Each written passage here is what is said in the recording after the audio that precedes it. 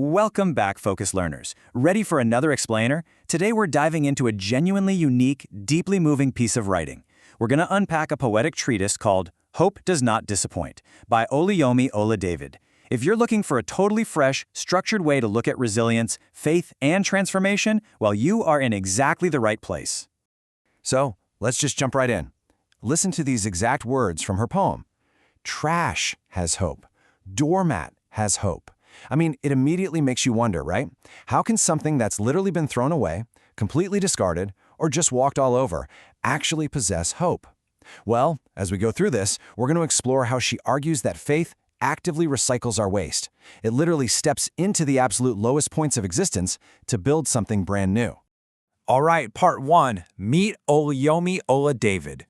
Looking at her official brand identity, Oluyomi Oladavid is a Nigerian writer whose core mission is laser-focused on two huge ideas: global development and transformation. And she describes herself as someone who just really loves people. But here's the thing, her work isn't just about sitting back and observing. She is completely dedicated to generating real-world solutions and providing absolute clarity.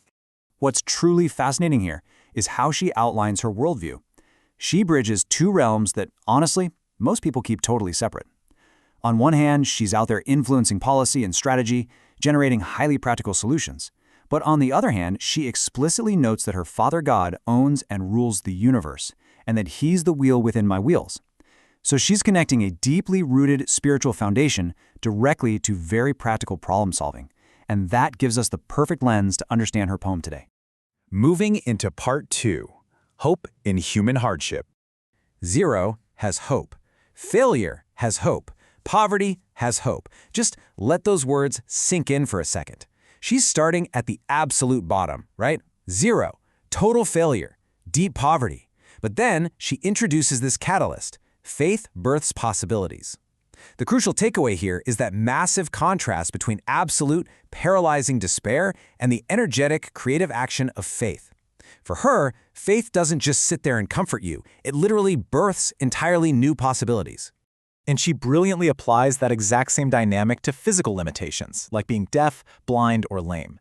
Historically, society often looked at these as completely hopeless states. But what is faith's response in her eyes? She writes that faith rewrites history. Think about that. It doesn't just manage the limitation. It completely alters the historical narrative of what's possible for that person. Then she seamlessly shifts from physical struggles to social hierarchies. Servant has hope, handmaiden has hope, beggar has hope. What's so vital to realize here is how her vision point-blank refuses to ignore societal outcasts. In her structured view of the world, faith is actually a tool for vertical mobility. Faith raises up. It's actively elevating the people who are trapped way down at the bottom of the social ladder. Which brings us to part 3, faith enters the market. Now listen to this progression. Seller has hope, buyer has hope, price has hope, faith enters market. I love this because she takes this deeply spiritual, internal concept of faith and injects it straight into the highly transactional, external world of buyers, sellers, and prices. She's essentially arguing that even our economic systems, our daily commerce, the whole shebang, are subject to this incredible transformative power of hope. And notice how this builds. She connects the micro to the macro just beautifully by looking at mundane, everyday things. Take an ant or a doorbell. What does faith do there? Well, for the ant, faith takes lessons. It actually learns from the industriousness of the tiniest creature. And for the doorbell, faith rings a bell. It takes action. It announces an arrival. She's finding these profound, active lessons in literally the most ordinary objects around us. All right, on to part 4. Recycling waste into worth. She gives us this stark, quiet litany of broken, rusted things. We're talking rags, rust, a rickety chair, trash, an empty bottle, a toilet. Stuff we literally throw out or flush away. But then, look at the transformation. She writes that faith turns around and recycles waste. It is such an uplifting belief. She's telling us, straight up, that absolutely nothing is beyond inherent value or saving. Faith is quite literally the ultimate recycler. And notice how she smoothly shifts the imagery from industrial and household waste to agricultural renewal. Dryness has hope. Hunger has hope. Thirst has hope. Faith grows green. This connects right back to that bio we looked at earlier. Remember her professional goal of global transformation? Well, this is it, right here in poetic form. Where there's famine and dryness, faith doesn't just barely survive, it actively cultivates life. It grows green. And wow, look at the progression next. Broken has hope, shattered has hope, scattered has hope. Faith builds up.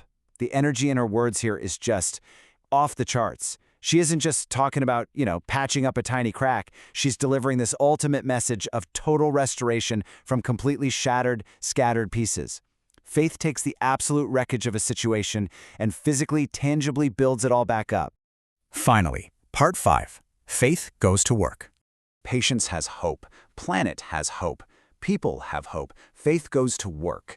This final stanza ties perfectly back to who she is. She started with the individual, the blind, the beggar, the broken, and she zooms all the way out to the entire planet. It proves that her massive mission of global development is entirely rooted in rolling up her sleeves and getting faith to actually work for the planet and for the people she cares so much about. So we're going to wrap up this explainer with a thought directly inspired by Oluwayemi David's incredible vision. If even rust and trash and completely shattered things have hope, how will you put your faith to work for the planet? I challenge you to adopt this transformative, deeply structured worldview in your own everyday life. Thanks so much for hanging out with me for this explainer. Keep learning, keep finding hope in the discarded, and I'll catch you next time.